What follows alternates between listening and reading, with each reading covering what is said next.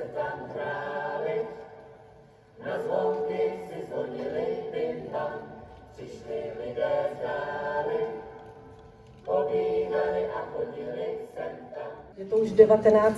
ročník a začnu ještě nějakými praktickými informacemi, kdo jste ještě si nevšimli, tak tam vzadu je farní kavárna, tam si můžete dát něco teplého, hnedka vedle jsou toalety a potom poprosím vás všechny, kteří stojíte před těmi vraty do stodoly, jestli byste si stoupli tak na bok, protože tam se bude také odehrávat důležitá část dnešního vystoupení. K tomu dnešnímu programu hru vánoční, kterou dnes tady společně prožijeme, napsal pro příležitost živého Betléma ve Fryštáku náš fryštácký knihovník Honza Krčma, tak tím tomu za to velmi děkujeme, že tady máme něco originálního pro nás, pro Fryšták. A ta hra je vlastně o proměně lidského srdce. A já bych vám i nám všem chtěla popřát, aby jsme se třeba tou hrou nechali inspirovat a aby jsme dali prostor tomu, aby se naše srdce mohla měnit láskou k lepšímu. Tak a teď vám přeji pěkný zážitek.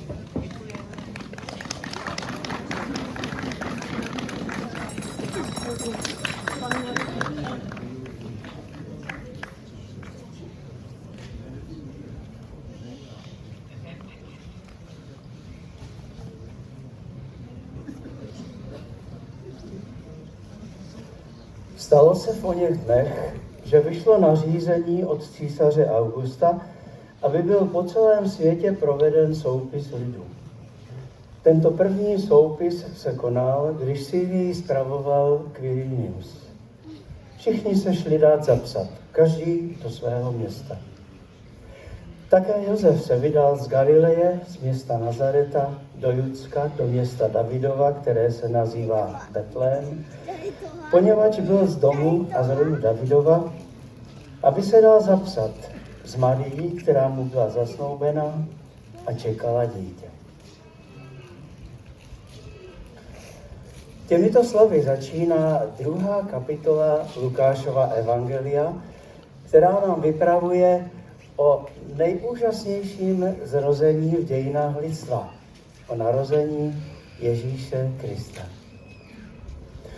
Vydejme se tedy spolu do Betléma, do zájezdního hostince, kde se hostinsky zanedlouho doví od císařského úředníka o plánovaném sčítání lidu.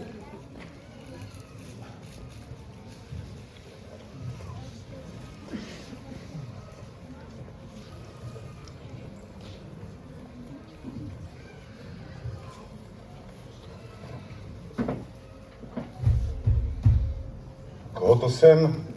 Takhle na večer. Vstupte! U Jupitera. Máte tady v Judeji nekřesťanskou zimu. Je tohleto hostinec u hvězdy? Služebníček vašnosti, ale tu pokutu za to křtěné víno jsem zaplatil koncem minulého měsíce.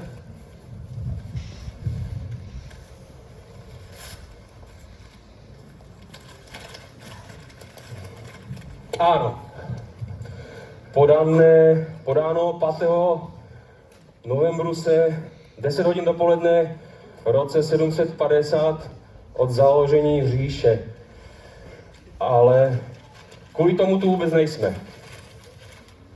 A je libo džbánek pramenité vody? A nebo něco ostřejšího? Možná Služebníček vašnosti. pořádně naostřenou tušku.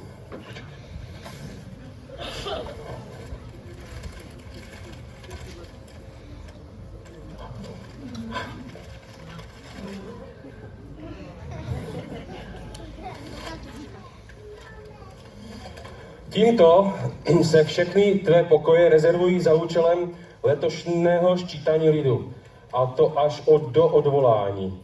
Vlastní rukou oficialis minimus.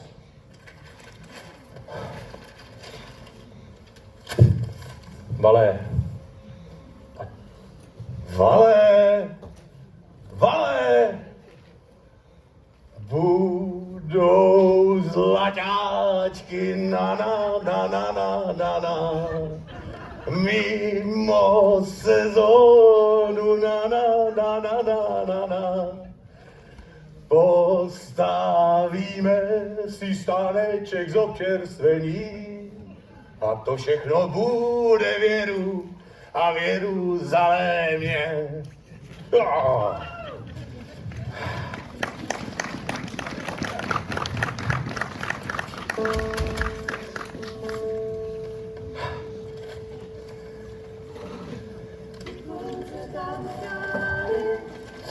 Na zvonky si zvonili bimba, přišli lidé zády, povídali a chodili sem tam. Hvězda zářila a vzduch se chvěl, hvězda zářila a vzduch se chvěl, hvězda zářila a vzduch se chvěl, jasná noc na teple jak jen stála. Tichouce tam hráli, na zvonky si zvonili bimba, přišli lidé zdáli, povídali a chodili sem tam. O, jak se máte, o, proč se dáte, tichouce tam hráli, na zvonky si zvonili bimba.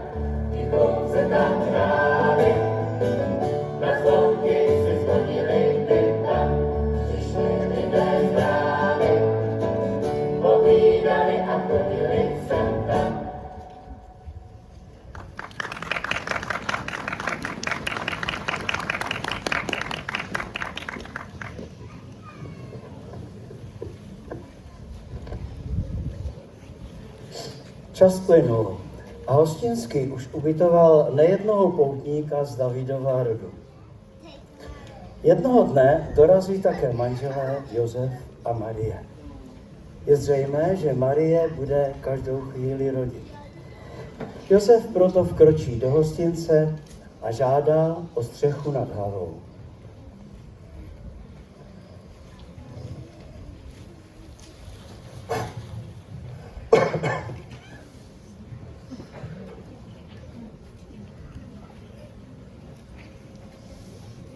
Zdrav.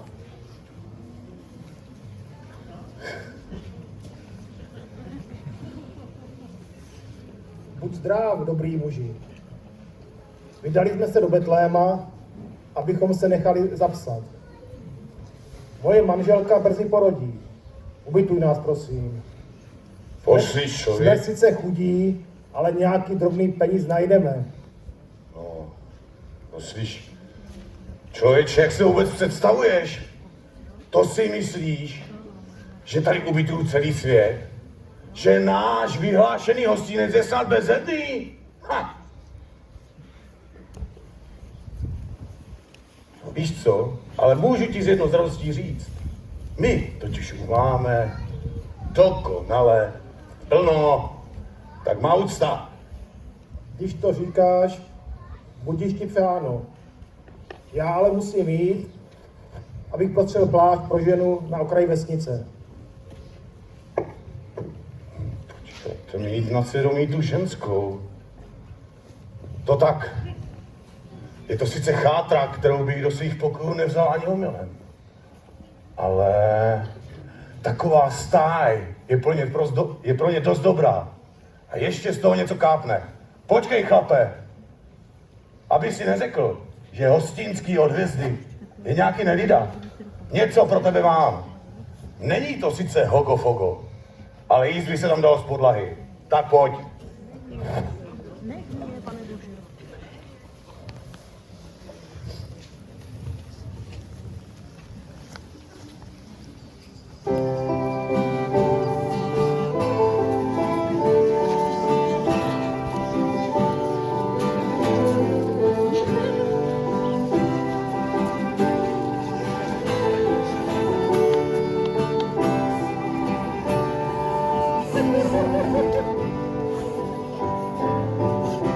Za chudých lidí chudé dítě jen do jesliček položí tě. Ach, kolikrát už jízdu dáno a i dáš je vždy za prodáno. Jezuvátko, spí, spí, Jezuvátko, spí, spí.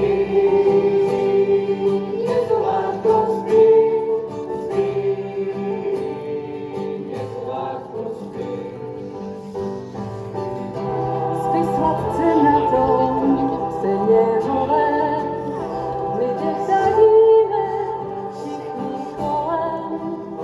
Vždyť tobě věčné pravdy, synku, je také třeba odpočinku. Spí, Jezuvátko, spí, spí,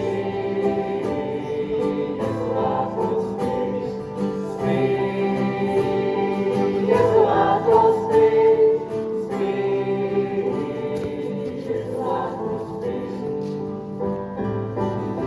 A na bezpáku nové cíly máš pořád ještě mnohou míli té cesty lidstva spasení, kde ještě dlouho konec není. Spí, Jezuvátko, spí, spí, Jezuvátko, spí, spí.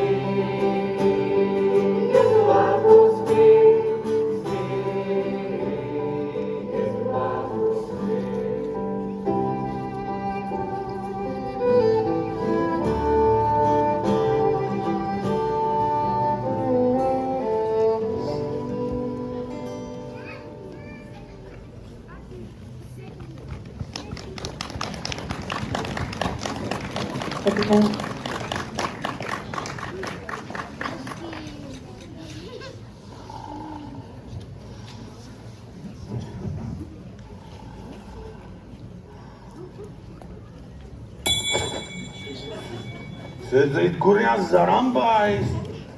Kdo mi to budí? Což pak neumíš klepat, mládenečku? To se ve slušných rodinách dělá. A vůbec, co si zač?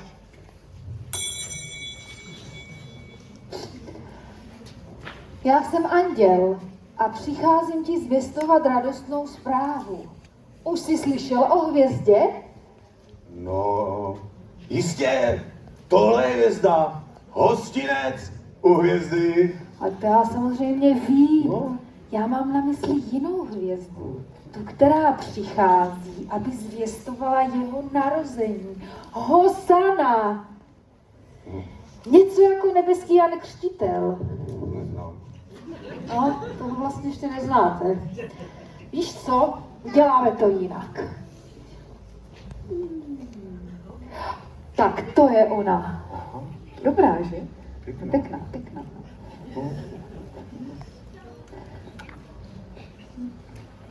Asi bychom měli být ve výběru znamení trochu srozumitelnější. Budu to muset ohlásit. Co třeba hořící keř? To už to bylo. Holubice, s tím bych ještě chvíli počkal. Už to mám. Nebeské znamení ohlásí zrození.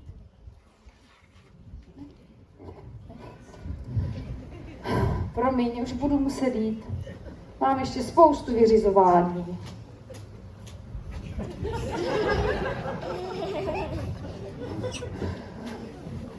Dveří. Taky by mohli myslet trochu na hygienu. Pořád, abych něco uklízel. Synku, ukryj to! Ne, nechci, ale nech mě. Pane Bože. Nech mě, furt. A nech mě. Dělej.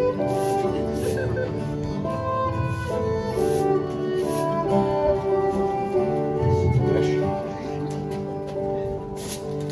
Noční hodinu, anděl se zvěstuje, radostnou novinu pastýřům zvěstuje. Radostnou novinu pastýřům zvěstuje.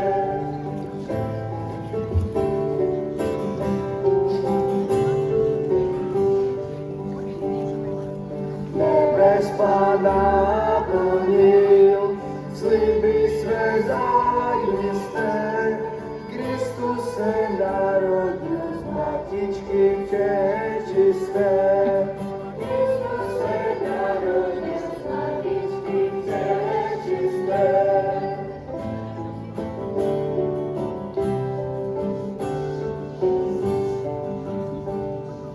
Pastýři stavete, úspěšně Betlehemu, zprávu tu povězte na cestě každému. Zprávu tu povězte na cestě každému.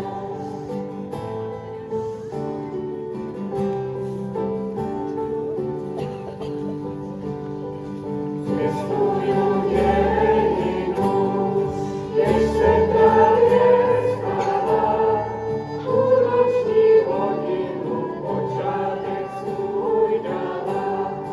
Půlnoční hodinu počátek svůj dala.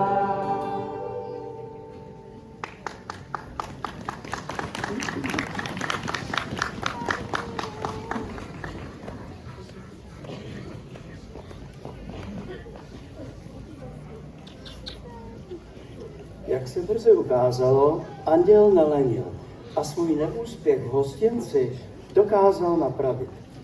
Jeho další cesta vedla ke skupině pastýřů, kteří se o svá stáda starali nedaleko Betléma. Ty nejprve andělovo zjevení velmi vyděsilo, ale pak, možná právě proto, že na rozdíl od hostinského neměli svá srdce okoralá tvrdostí a bezohledností, zvěstovatelovu radostnou novinu vzali vážně a ihned se vydali hledat Jezulátko. Naděje plná andělova slova jim stále zněla v uších.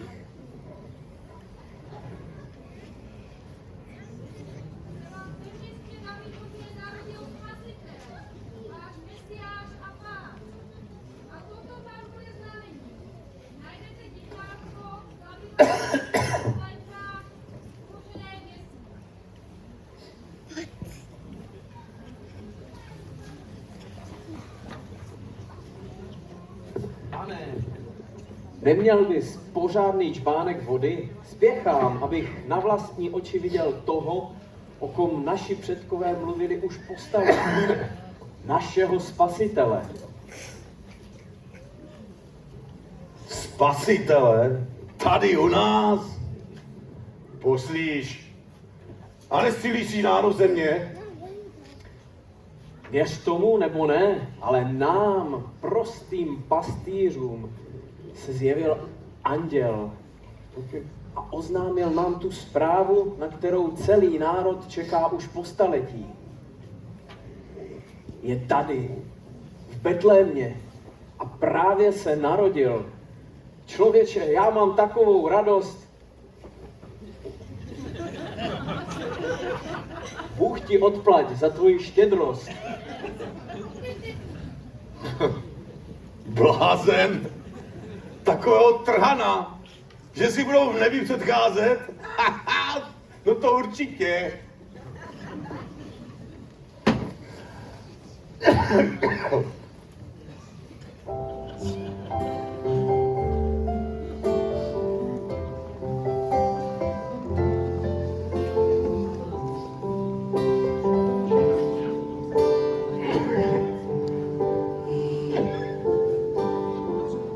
O Bože, zpíváme ti a naše píseň letí v bílých oblaků. O Bože, jsme tvé děti, svůj obdiv vzdáváme ti i všem tvým zázrakům.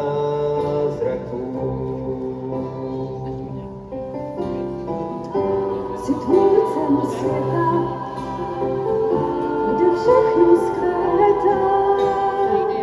Tím zázrak, co slétá na bílých křídlech z tvých nebeských vrat. Jsi láskou vůle Pána, vždy tvorím všem si dána. Máš křídla světí král.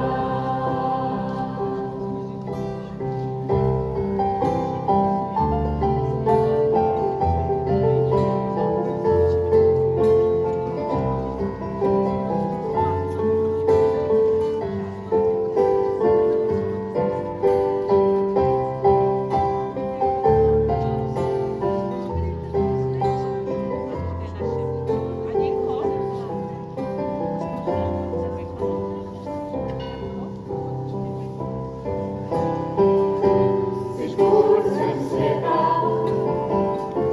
kde všechno zkvétá. Tím zázrak, co slétá na bílých křídlech z tvých nebeských bran. Jsi láskou vůle Pána, ty tvorům všem si dána. Máš křídla světlý král.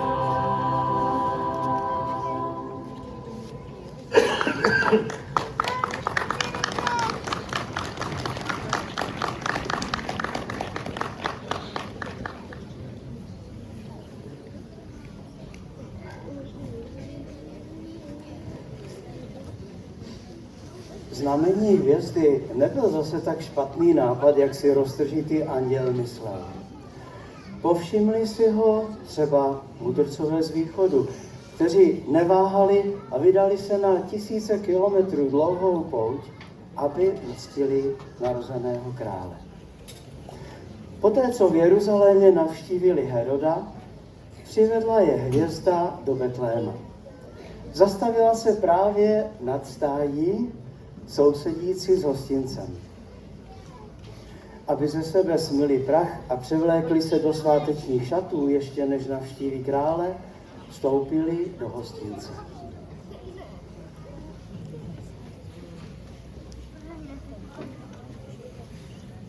Vzácní pánové, já i můj hostinec jsme vám k službám.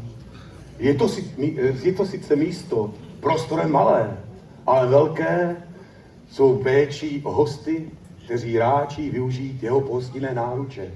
Máme tu ku příklady jedno Díky, to stačí. My vás nehodláme zdržovat. Čeká nás vzácná chvíle. Nemáte tady volné pokoje, kde bychom se mohli přesléct? Ale zajisté, vaše eminence, 3 nejkrásnější pokojíčky jsou připraveni na vaši velkourazonost. Chcete pokoje s výhledem na jih anebo na východ? Není třeba nastavovat kaši. Postačí, když nás dovedeš do pokojů, které jsou volné. Samozřejmě, vzácní pánové, račte za mnou. Pozor, schůdeček, až po vás, eminence.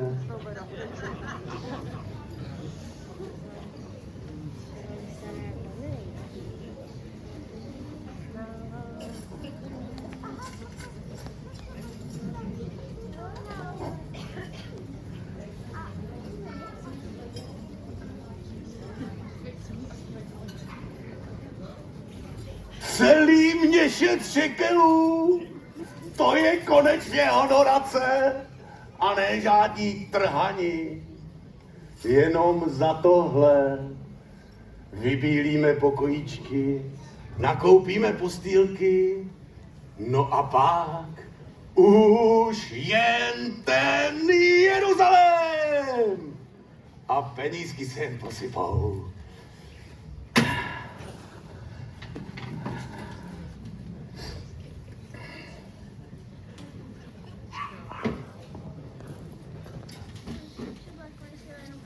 Odpusťte mi mou smělost, vaše vysokorodí, ale mohu se zeptat, kam, anebo koho ráčíte navštívit?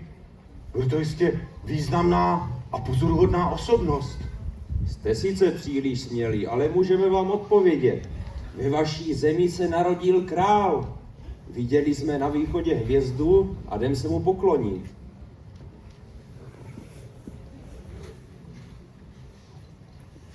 Nebesa ti vzdala velkou čest, že se narodil nedaleko tvého hostínce. To není možné. Někde tady kolem mě je zlatý důl a já o tom nevím. Tak teď rychle za nimi. Snad je ještě dohoním. Musím zjistit, kde ten panovník se svou družinou a velkolepým průvodem přebíhá.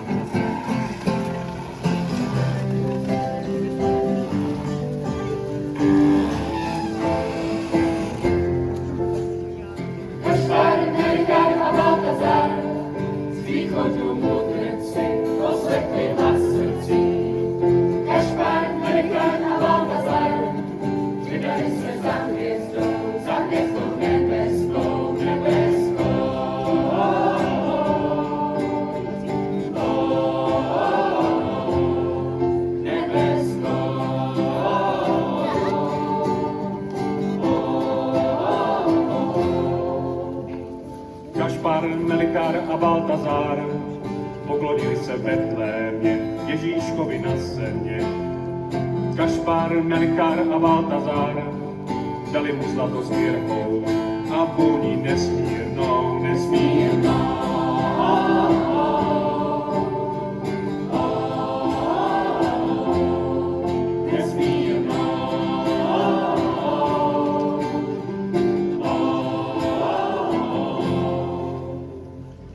Tři mocní králové jsou jako tři cnosti, tři čisté prameny Boží milosti.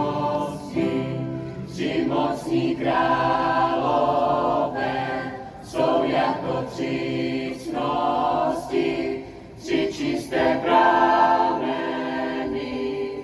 Boží milosti. Tři mocní králové jsou jako tři cnosti, tři čisté prameny Boží milosti. Tři mocní králové jsou jako tři cnosti, tři čisté prameny Boží milosti.